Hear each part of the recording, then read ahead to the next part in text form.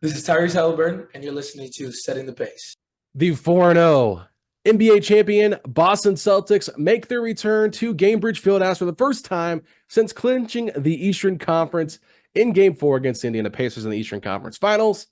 It's a big game. It's a game on ESPN, and the Pacers desperately need a win, but this will be their toughest challenge of the season as they play arguably the toughest team in the entire NBA. Hi, I'm Alex Gold, and welcome to Setting the Pace, your go-to Pacers podcast. On today's show, going to do a quick little preview here in the first segment of this game against the Celtics, but the meat of this conversation that we're going to have today is with Kevin Bowen of 107.5 The Fan, The Wake Up Call with KB and Andy. KB has been a recurring guest on this show several times. You guys know him, does a great job covering Indiana sports, but Rick Carlisle joins their show every single morning at 8 a.m., and my oh my, he had some really good quotes about Bennedict Mathurin and why he didn't play as much against the Magic and why he was pulled against Philadelphia early on in the game. So I think you guys are going to enjoy that. There's been a lot of conversation about Bennedict, and I wanted to kind of deep dive with KB because I know KB is such an admirer of Ben's game, and I know I've been labeled as somebody that's maybe a little bit too harsh on Ben, and maybe I side too much with Carlisle, so I try to keep an open mind with this conversation and see what everybody else is kind of seeing in terms of how he is being coached compared to other players. But let's dive in quickly to this matchup against the Boston Celtics because, look, they're a juggernaut of a team. You know, Joe Mazzulla is probably the best quote for any coach in basketball right now. Just today on Tuesday, as I'm recording this, he's talking about how we should allow there to be more fights in the NBA, that they let fighting happen in hockey and things like that. And so, yeah, let there be more chaos in the NBA. Hey, I'd be here for it as long as nobody got seriously hurt, but the Pacers can't afford to have anybody be hurt right now because they need to come together and they need to play well, right? This is a matchup where they can really break out of the slump that they're in if they can get a massive win over the best team in the Eastern Conference, arguably the best team in the league. Jason Tatum has been on fire this year, looking like an MVP candidate. Jaylen Brown just dropped 30-something against the Bucks. Peyton Pritchard had 28 off the bench. We already know what Derek White, Drew Holiday are capable of. And Al Horford, while he is continuing to get older, is still a productive center in the league. No Kristaps Porzingis because we know he's still out with an injury, but Luke Cornett's back and, Sam Hauser's back. And this is just a Celtics team that is going to, have depth and they're going to be a tough matchup. But the five that they have starting are so good with Peyton Pritchard off the bench. That's a tough six right there. So I'm really looking forward to how the Pacers take advantage of Al Horford in this matchup. And that starts with Miles Turner. Miles Turner, longest tenured Pacer, really good stretch big. He's got to step up and play better. I think he owes the Pacers a little bit after the performance that he had against Orlando. Did not think he played particularly well in the game that he was out there. I think he ended up having like 13.6 rebounds, but it was a very quiet 13-6. I think that Turner can really punish Boston by spreading the floor and having a breakout game. I think if Turner can get close to 23, 25 points, that is where you'll feel really good about the potential of winning this game because we know what the four can do from 1 through 4 with Boston. Tatum, Brown, Holiday, White. They can switch everything. They can muck it up. They can double team. They can play help side recovery. They can do a lot of things that are going to cause havoc with the Pacers guards and their wings. So this is where Turner really needs to step up and be that guy. And I will say this, when the Celtics go to their bench, Bennedict Mathurin, in my opinion, this is a great opportunity for him to kind of break out. Look, TJ McConnell only played 6 minutes against the Orlando Magic. Said he felt a little tired after the 76ers game, so they didn't want to overload him against Orlando. He played 6 minutes, and he just wasn't himself. He didn't look right. His shot looked a little bit short. His legs looked a little bit tired, and Carlisle confirmed that on the morning show. So if McConnell can get a day off and come back guns a-blazing, right, really have that fun matchup with him and Pritchard going back and forth with one another, undersized point guards, right, that can like be microwaves off the bench, that's really helpful. But this is where Mathurin really has to step up in that second unit because everybody's waiting for Mathurin to do it, and I think fans are like hoping Carlisle kind of like extends that leash for Mathurin. So hopefully this is a game where he can prove himself to stay out there on the court for 25, 30 minutes, drop some big buckets, and maybe be in the game at the time that they close the game out. And maybe he can be the difference maker in this game. There's a lot of guys that could be X factors, but I'm going with Mathurin as my X factor, but I think Turner has to really take advantage in that key matchup against Horford. So we know Boston, they like to shoot a lot of threes. The Pacers last year were one of the best teams in the league at defending the 3-point line. However, one of the worst at protecting the paint. So can they trade 3-for-2s in this game? That would be helpful, right? If they can keep Boston from abusing them on the outside, that would be massive. So keeping an eye on that. But overall, really excited about this game. I know fans are kind of chalking up a loss already. There should be no expectations to win this game. But man, if they can win this game, that would just be such a confidence booster for this team. So if you're wanting to feel a little bit confident about this team, like, hey, the unexpected always happens with the Pacers, right? It's kind of like this thing where last year they got up for the good teams and really struggled for the bad teams. Like if Boston's fully healthy, maybe they get up for this game more than ever before, and they come out and say, we are the more desperate team. The sense of urgency is even higher than it was in Orlando, and they put together a complete game for 4 quarters. They can beat Boston. They can do it. They proved it in the Eastern Conference Finals that they can hang with them.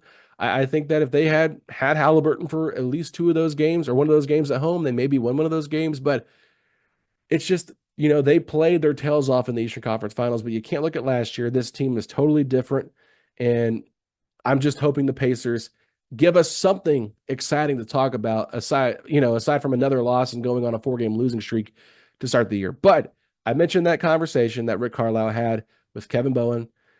Before we go into a break, I want you guys to hear that clip of what Carlisle said in terms of why Mathurin's not playing as much. And then after the commercial break, I'll discuss all things Mathurin with Kevin Bowen. So thanks so much for tuning in. Here's that clip from Rick Carlisle. You mentioned Mathurin, a couple of big scoring nights to start the season. His minutes have gone down each of the 4 games. What is keeping him from earning more consistent clock? He struggled. He struggled in the Philly game, with rebounding and defense. And look, you're asking me a direct question. I'm giving you a direct answer. We had a film session yesterday morning, and it was longer than I wanted it to be. Regarding the Philly game, and a lot of it was about rebounding and avoidable turnovers. And so, he had struggles in that game. Last night, was a little different kind of game. I think he played 14 minutes, and Shepard ended up getting more of the minutes than Mathurin and Walker.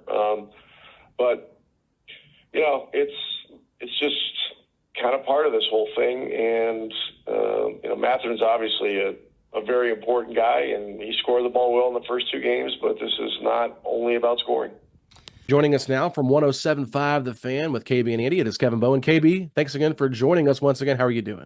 Mr. Golden, great to hear your voice. I'm doing well, man. How are you? I'm doing well. It's not been great over here in Pacer Nation, as they are 1-3 right now, and another tough loss to the Orlando Magic. Playing not the greatest versions of these playoff teams with Philly and Orlando and losing, but had a chance to win both games, couldn't pull it out. And you guys had Rick Carlisle on your show this morning, as you do every Tuesday morning at 8:00, and I really liked how you approached the question about Bennedict Mathurin's minutes, because it's been one of the biggest talking points early on in the season. And Pacer fans have been pretty upset about the lack of playing time. So, Carlisle explained in detail why he's not playing as much. And the question I have for you is that fair to how they kind of hold Mathurin to a higher standard than maybe other guys on the roster? Yeah, I think they definitely coach Mathurin differently. I think that's a really fair statement to make. You can make the argument Mathurin wants to be coached differently, but I think they view him just as a really unique talent, and I think they're very much trying to tap into that as much as possible by using the bench as quite the punishment, whereas some other guys, maybe it's not to that level, even though they're not bringing what he is bringing offensively. And I just don't think that should be lost right now, because, 4 games into the season, I think there's a lot of questions offensively. I think there's been lulls on that end of the floor. I think there's been, hell, look at opening night. I mean, if they don't get that jolt from Mathurin, I mean, we might be talking about 0-4 basketball team. And, certainly he was the only one to really show up in Madison Square Garden on that Friday night. So that to me is where I'd probably push back on it of, A, I think it can't be lost what he gives you offensively.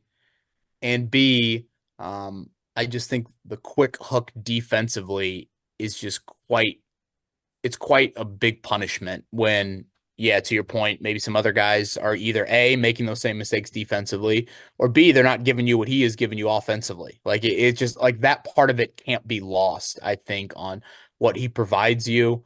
The ability obviously to get to the foul line, certainly the jump shot looks improved. And I feel like he has made some strides offensively a little bit and making the extra pass and not being maybe as, the ball just kind of sticks here. So yeah, it's a complicated answer, but those would probably be my thoughts.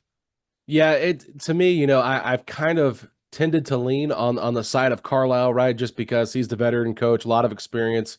But if you look at his resume, when it comes to young players and trusting them, it's not great, right? You go back to Dallas just a few years ago, Jalen Brunson, people felt like he was a little bit restricted under Carlisle. Dennis Smith Jr. and him did not get along at all. And I think he was a top 7, top 8 pick for the Mavericks a couple of years ago.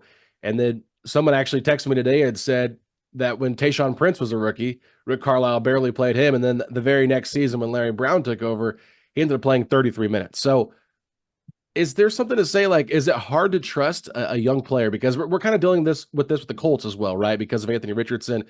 And it's just trying to find that fine balance of playing the young guy, letting him play through his mistakes, and also trying to win games. And I think that's a very hard thing to do. And I'm just not sure, like, if the Pacers feel like Mathurin is having so many setbacks defensively and like schematically that they can't trust him enough to play lengthier minutes in the rotation. And I just don't know if you think it's necessarily like a Carlisle thing or if it's just, it's just the nature of being a young player in the league. Yeah, there's probably some truth to that. And again, I'd probably go back to this. Last year, what was the biggest issue? It was defensively. And then they go on this run with Mathurin watching and, the ball movement and the sharing of the basketball is incredible and all this stuff. And they're like, hey, we've sent you the message.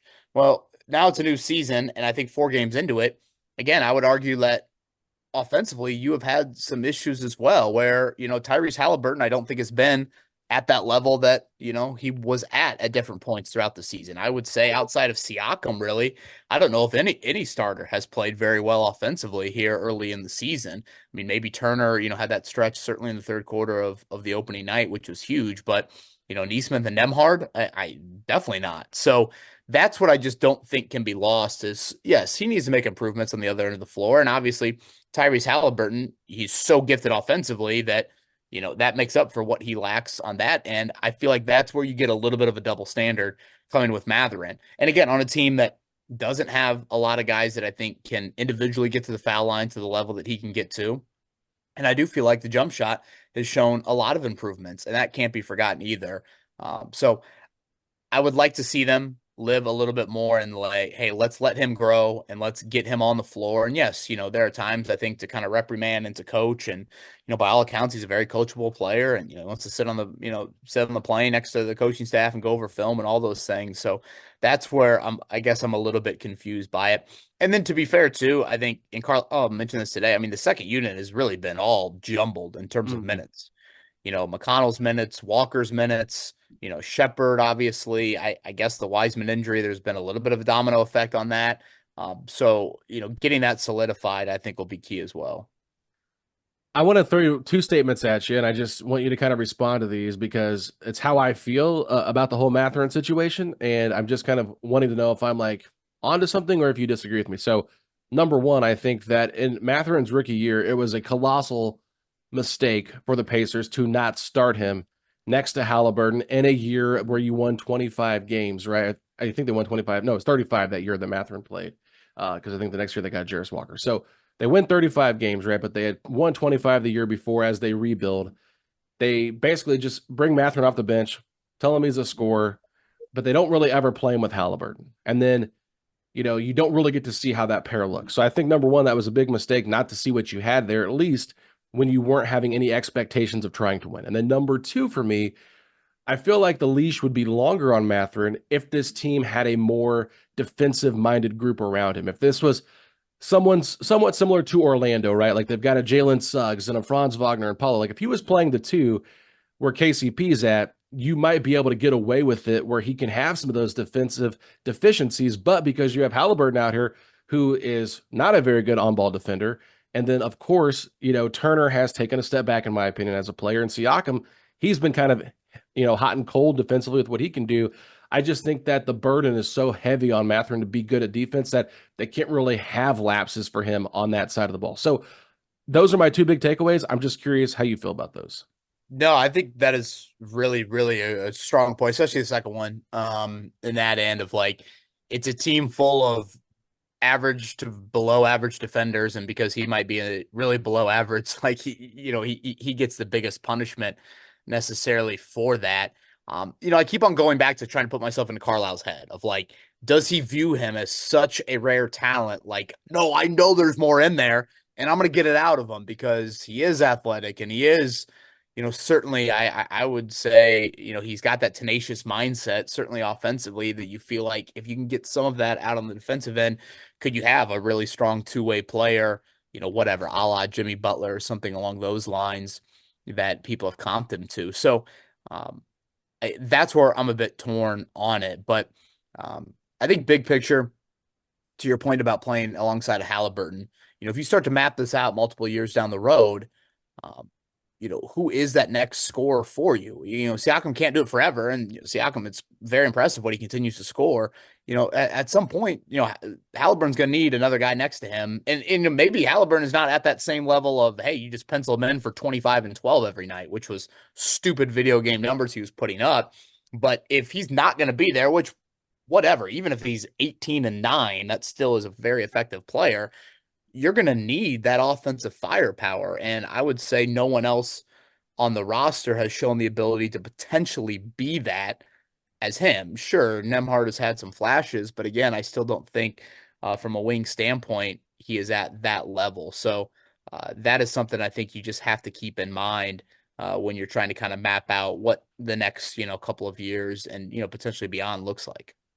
I know fans can be a little crazy, right, with their takes and things like that. And it's been very hostile in my mentions after quoting what Carlisle said today. But the thing that I keep getting back from fans is if Nembhard's going to be so bad offensively and Nesmith is going to be so bad offensively, why do they get a pass? Because they haven't been that good defensively where Maxi's scoring 45 and Banchero scoring 50. So they haven't been that good defensively. Why don't they get any of the brunt of Carlisle's anger on the defensive lapses where Mathurin gets it all, basically, is how it feels, or Jarris a little bit too, I guess. Yeah, I think those are totally fair statements. And, there was an element of when I asked Rick the question this morning, because, what I think of Mathurin. Obviously, I'm obsessed, but I wanted to preface it by saying, okay, this is what he did in the first 2 nights of the season. His minutes have slowly gone down, but kind of leave it open-ended for Rick to answer it. And I asked him about the second unit first because I was curious if he would bring it up organically, and then I wanted to ask him specifically about it after that. Mathurin, I do want to make sure that like this is, it's not Halloween yet, so like I before I kind of go full throttle like in disagreeing with it, I'm like, okay, the second unit has some new faces in it. Let's acknowledge that. It sounds like McConnell was dealing with something physically, in the Orlando game a little bit that kind of pulled himself out for that second half. Take a deep breath and realize it's an 82-game season. But I still think, and trust me, I saw the same people in my mentions, and I'm not, as full-time, certainly Pacers as you are, because there feels like there's past precedent of this with Mathurin. And I would agree with it. So I think that's where people are kind of saying, wait a minute, what is going on here? So I think it bears a lot of monitoring. I think it bears a lot of watching.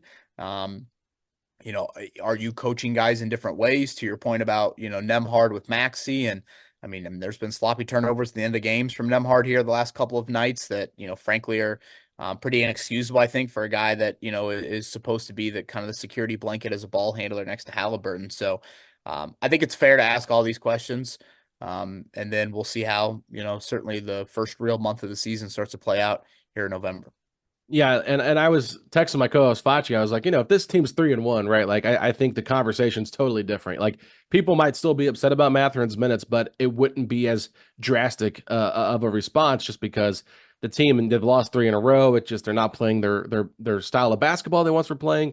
And I'm just trying to figure things out. I will say with Mathurin, I feel like there's almost too much pressure on him to fit their system instead of just being who he is, right? Yeah. Yes, I think that's a really good point. And like I remember I said to my co-host Andy Sweeney the day after that, because he kind of pushed back on like, he was skeptical about Mather entering the year, being able to fit. And I kind of pushed back and said, wait a minute, let's not forget why Bennedict Mathurin was drafted 6 overall. He was drafted 6 overall because he was an elite 3-level scorer for a very good Arizona team and is a promising young player that continued to ascend and athletically fits kind of what a modern day wing, two guard, et cetera, looks like. And you drafted him for those reasons. I mean, frankly, it's a bonus if he gives you something a little bit more on the defensive end of the floor. He had one of the best rookie seasons this franchise has ever seen because of what he did offensively. That stuff can't be lost. Again, especially if Halliburton's offensive numbers are not going to be in that stratosphere that they were in for a chunk of last season. That's fine. But, you've got Nembhard and Nesmith in that starting lineup largely for their defense. And when Maxi's doing this or Boncaro's doing that or whoever, then I don't think it can be lost, again, what Mathurin brings you. And when you go through a fourth quarter like you did last night of scoring 17 points, to me, I know that Ben played the first half of that fourth, but still, that is something that you saw what he did against Detroit. I don't think you can forget that. Yeah, and I go back to like his rookie season, right? He was so good like the first 3 months, and that's why you're saying build the statue. It's one of those things. It's like it was like he was playing thinkless basketball, and now it's almost like he's in his head too much. Carlisle's probably in his head more than we want to acknowledge, maybe publicly, but I just think he's trying to do everything right to fit in, and sometimes it's just like he can't be his true self, in my opinion. And so I would like to see, maybe the Pacers kind of scale back a little bit on like trying to force him to be this extra playmaker, this lockdown defender. Like just give Mathurin the basketball and let him score. And I know Carlisle said it's not about scoring, and that's a kind of a default answer he always goes to when it comes to Mathurin. But there has to be something said, right? Because like if he can average 15 to 20 points a game off the bench in 25 minutes on a consistent level, like why not tap into that a little bit more, especially when this team needs more offense. And I feel like they like to play this random movement, chaotic basketball, but I feel like since the Siakam trade, it has looked a lot different. And I'll dive into that a little bit more with you here, but I just curious your thoughts more so on Mathurin, maybe just taking some of those responsibilities away from him and overthinking things and just get out of the way, let him play some offense. Yeah, it's like just a little bit of kind of like you're handcuffing them a little bit and just not letting them play with that freedom. And look, there's going to be some moments where you scratch your head. I mean, last night was probably a great example of it. He gets the offensive foul call, and then all of a sudden it's like, wait a minute, it's been reviewed. Now it's overturned. Now he's going to the foul line for 2 shots, and here you are at a point in the game where, you're just kind of looking for a little bit of second unit jolt. And he gets the foul line. He gets 2 easy shots out of it. And then later in the game, he commits an offensive foul on a drive. Like, yeah, that stuff's going to happen. But also the ability for a guy who hasn't played in how many months to on opening night save that game for you. I mean, that can't be lost either in that moment.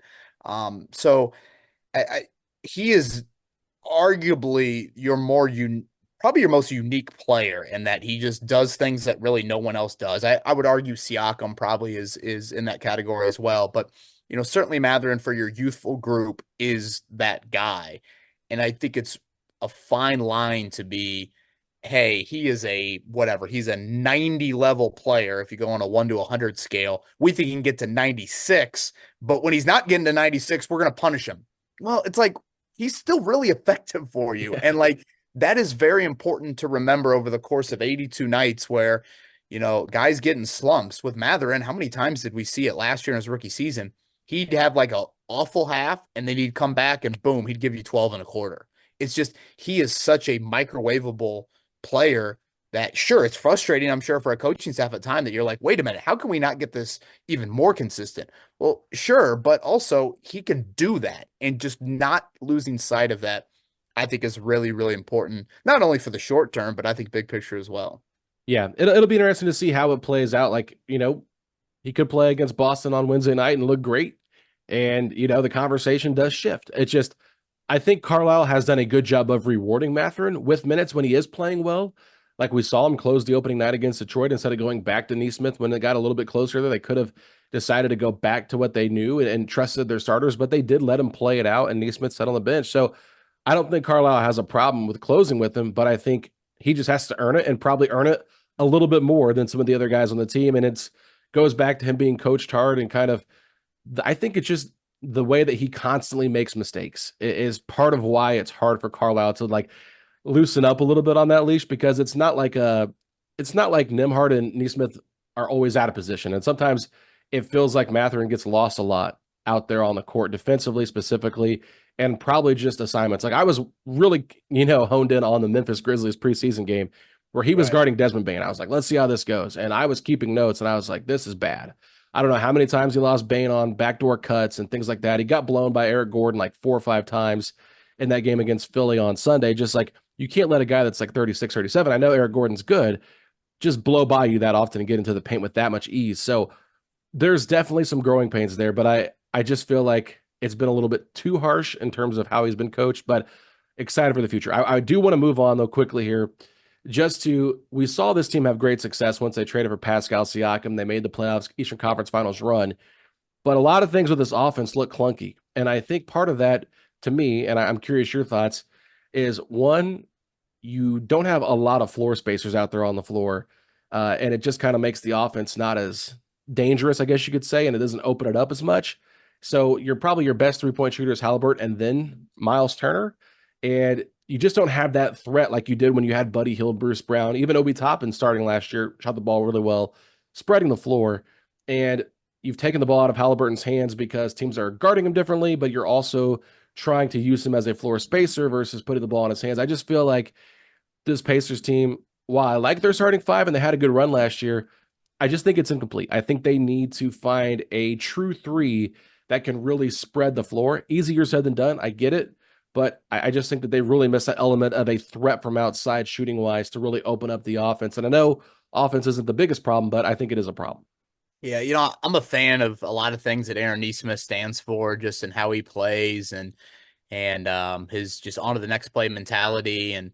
But it just seems like that piece is not the one that fits in terms of a starting lineup, in terms of, to be a starting 3 on an NBA team in 2024 is a big deal. I don't want to act like it's a quarterback in the NFL, but it's a wide receiver, it's a left tackle, it's a cornerback, it's a pass rusher. It's an important thing. And I kind of like him more as, 7th or 8th guy than I think I do as that starting 3. So, I asked Rick today, about the starting lineup, and, he didn't go there, and he has gone there with us before. So I thought it was, again, it's still early, but I thought it was a fair question, at least just to kind of pose. So I think that is something to continue watching. Obviously, Nesmith had the stretch last year where he shot it great. So, how does that look? The thing with Siakam, again, there were moments last night against the Magic where, you just throw the ball to him and, it might take 4 or 5 seconds, but the ball's going to go in the hoop. It sticks a little bit more with him, even though he does have nice assist numbers. When he gets it and he starts to get into that shot, that ball is probably going to be stuck for about 4 or 5 seconds. Now, how do you play off of that? That is different than how it looked early last season when you didn't have that in your starting lineup. So, how teams are now guarding Halliburton, especially with the physicality, and Rick, talked about it of picking him up full court. You're going to need more, I think, on those other guys. And again, that's where I think a guy like Mathurin comes into play of, he can handle some of that. He wants to handle some of that. Yes, you're going to sacrifice at the other end a little bit, but still, how do the Pacers handle that? Because their pace, pace has just been totally different from what it was last year. So yeah, how they react to that starting lineup wise, Nesmith specifically, will certainly be fascinating to watch. Yeah, and I think honestly, like I know Carlisle's still trying to figure things out, but I think solidifying the rotation to be a little bit more consistent would help these guys get into a better rhythm. And whether you want to play Jarris or you want to play Shepherd, like I'm okay with that one spot being kind of, fluctuate a little bit based on who's playing well, who's not playing well. But I think, McConnell has been such a driver for that second unit, like not having him against Orlando. Like I felt it a little bit in the fourth quarter when you kind of had to come back with Nembhard as the point guard when Halliburton was out those first 5 minutes. You could just kind of tell like he had some boneheaded plays in there where he played good in the first half. I thought he played like 3.5 quarters really well, but like that fourth quarter, there were stretches there where he looked really rough. And that's where you kind of need that veteran McConnell to be in there. And him and Mathurin have played really well together. I think, Isaiah Jackson, Obi Toppin, they're so athletic and they can be really active around the rim and things like that. Like there's a lot of ways that I think that second unit could be more dangerous than it has been. And that was kind of the Pacers' strength last year, was their bench would lift up their starters when their starters would maybe keep it even or be outscored by like 4 or 5. Your bench comes in and they outscore the other bench by 10, 15 points. And that was kind of the difference maker, the equalizer. So I just feel like they've missed the equalizer a little bit with that bench not being as consistent. And I think that part of that is just Carlisle maybe tinkering with the rotations too much. I feel like a more solidified rotation would help that team. Yeah, and I look back at, Philly and Orlando, and, it's a back-to-back against two playoff teams, but man, just great opportunities. And you brought it up a little bit earlier, but, no Paul George and no Embiid. And then, I mean, certainly Philly tried to give you gifts there at the end of overtime to get it to a second overtime. And then Orlando with Wagner leaving there at halftime. I mean, it was heroic, type efforts from Boncaro and Maxey. And I feel like that stuff happens so often to the Pacers. And I don't know, maybe because we live in an 82-night bubble with them, it's just different. But that stuff just seems to happen more. And that head of the snake, it just seems like it's easier for them to take away Halliburton than it is in some of these heater moments where these other guys just kind of get going. And sure, last night, there's part of me that wants to say, man, second night of the back-to-back, you're traveling to Orlando. They had your number last year. What a great response in the third quarter. You're up 8 in the fourth. Like, all these things like you want to point to positively, but when you've started 1-2 and now it's 1-3 and you look at the upcoming schedule and it's 4 of 6 on the road and it's the defending champs and the defending Eastern Conference, or the Eastern Conference runner-up, besides you in New York, getting to the semifinals, those are your next 2 home games. It's just hard for me to kind of fully go there. And I thought post game, it was just a lot more optimism than I would have thought. And I'm like, okay, I guess it's October. I guess I could go there with that. But damn, I kind of view it more as a missed opportunity when you caught, I would say, a semi-injury break for the second straight night with, Wagner, a key guy, leaving that game. I understand what you're saying. I felt like they played a lot better last night, against Orlando. I mean, Suggs and Boncaro just got hot, right? And I think, Carlisle talked about Boncaro getting hot, but I was like, why are we not double teaming him? He scored 18 consecutive points in the second quarter, 18 straight in like a 4-minute stretch. It's like, how do you not throw 2 guys at him after like the first 2 or 3 made baskets? It's like, you already know you're giving up the size advantage with Nesmith and Nembhard trying to take their turns at him. Siakam was in foul trouble. You can't trust Toppin on him. It's just there wasn't a lot of options there defensively, and they didn't go to Jarris until the second half. So just a lot of question marks, I think, that they're still trying to figure things out. I'm glad they played better. It made me feel more confident about them kind of breaking out of this rough start here. Really tough schedule. But overall, I think that if you're going to play some of your worst basketball, the month of October is the month to do it. And, look at the Fever. They started out with a gauntlet of a schedule. They got off to a really rough start, and they ended up making the playoffs. And I know they lost. They played some competitive games, though, and it's a different dynamic. But I just think that with the Pacers, like, still 78 games left, a lot of time to improve, and not time to hit the panic button. But I understand why fans are a little bit concerned with their efforts. So I know we got to get you out of here. You've got a busy schedule ahead of you, KB. But any final thoughts before we close this one out? I largely think it's early. Like, I mean, that's that. Yes. I guess to kind of sum it up, it is early, but certainly the preseason had some red flags, and I think the regular season has had some red flags. And maybe last night was a step into yellowish flag territory, which is in the right direction. But again, if the head of the snake is not going to be as potent as he was last season, which is quite possible, then certainly some others are going to have to rise to the occasion, solidifying the second unit, what exactly you're going to get out of there. Those other starters, not named Siakam and Halliburton, rising up a bit is going to be big as well. So, again, largely optimistic still, but certainly I think plenty of the questions are fair to be asked early on in the year. You guys can check him out on 107.5, the Fan 93.5 FM from 7 a.m. to 10 p.m. with KB and Andy. Great stuff there. Always enjoy the Colts conversation, the Pacers conversation, and, of course, other local sports. But KB, thanks so much for coming on, and I'll let you get back to your Anthony Richardson coverage as the Colts have once again made a quarterback change. Thank you for the break from that reality. Glad to hear you're doing well health-wise, man, and always enjoy your work. So thank you for the time. All right, KB, thank you.